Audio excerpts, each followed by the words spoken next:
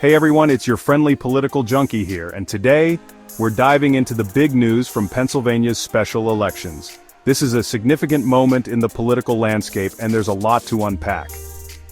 On March 25, 2025, Democrat Dan Gaukner secured a critical win in the Pennsylvania State House, defeating Republican Charles Davis. This wasn't just any win, it was a hard-fought battle that saw both sides pulling out all the stops. This victory is a major deal because it tips the balance of the State House back to the Democrats, which had been deadlocked at 101 after the unfortunate passing of State Representative Matt Gergerly. The implications of this shift are profound, affecting legislation and policy direction in the state. And that's not all. The Democrats' momentum didn't stop there. Democrats also grabbed a state Senate seat in Lancaster County, a place that's been a Republican bastion for 40 years. This win is particularly noteworthy because it signals a potential shift in voter sentiment in traditionally conservative areas. This is a massive shift considering Trump won this area by a hefty 15 points in the last election. The fact that Democrats could make inroads here is a testament to their evolving strategy and outreach efforts. James Andrew Malone, an IT consultant and mayor of East Petersburg Borough, managed to narrowly edge out his Republican opponent, Josh Parsons.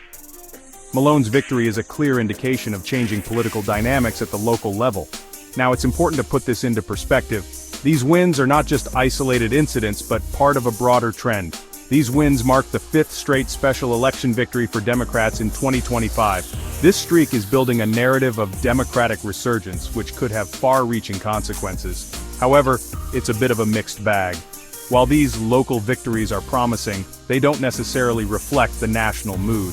Nationally, the party's approval ratings are at rock bottom, according to multiple polls from CNN, NBC News, Quinnipiac, and Fox News. This dichotomy between local success and national struggle is something the party needs to address. Democratic activists have been vocal about their frustration with the party's struggles to counter President Trump's agenda.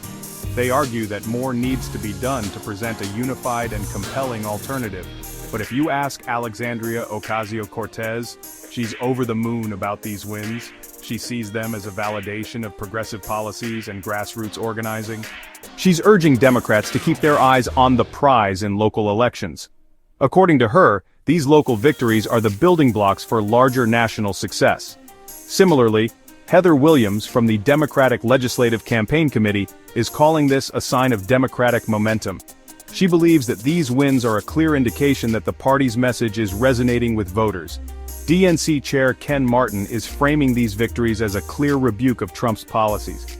He argues that voters are rejecting the divisive and controversial policies of the former president. Of course, Republicans are downplaying the results. They argue that these special elections are not necessarily indicative of broader trends. They're pointing out that similar Democratic wins in 2023 and 2024 didn't prevent significant losses in the 2024 general election.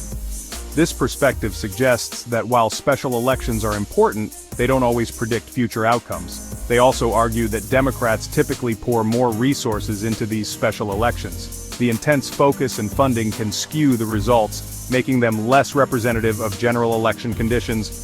It's a fair point, considering the stakes and the spotlight on these races.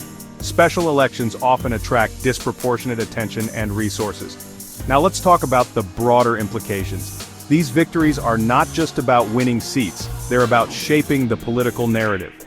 These Pennsylvania wins are setting the stage for some high-profile upcoming elections, like the Wisconsin Supreme Court election and two special congressional elections in Florida. The outcomes of these races could further influence the national political landscape. If Democrats can keep this momentum, it might spell trouble for Republicans as we head into the 2026 midterms. Sustained success in these smaller races could build a foundation for larger victories. So, what do you think?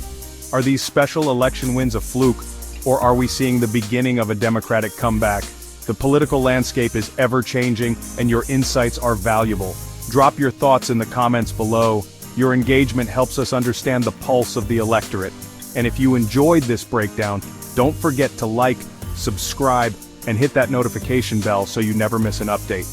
Your support keeps us going. Until next time, stay informed, stay engaged, and I'll catch you in the next video. Keep following the political currents and stay active in the conversation.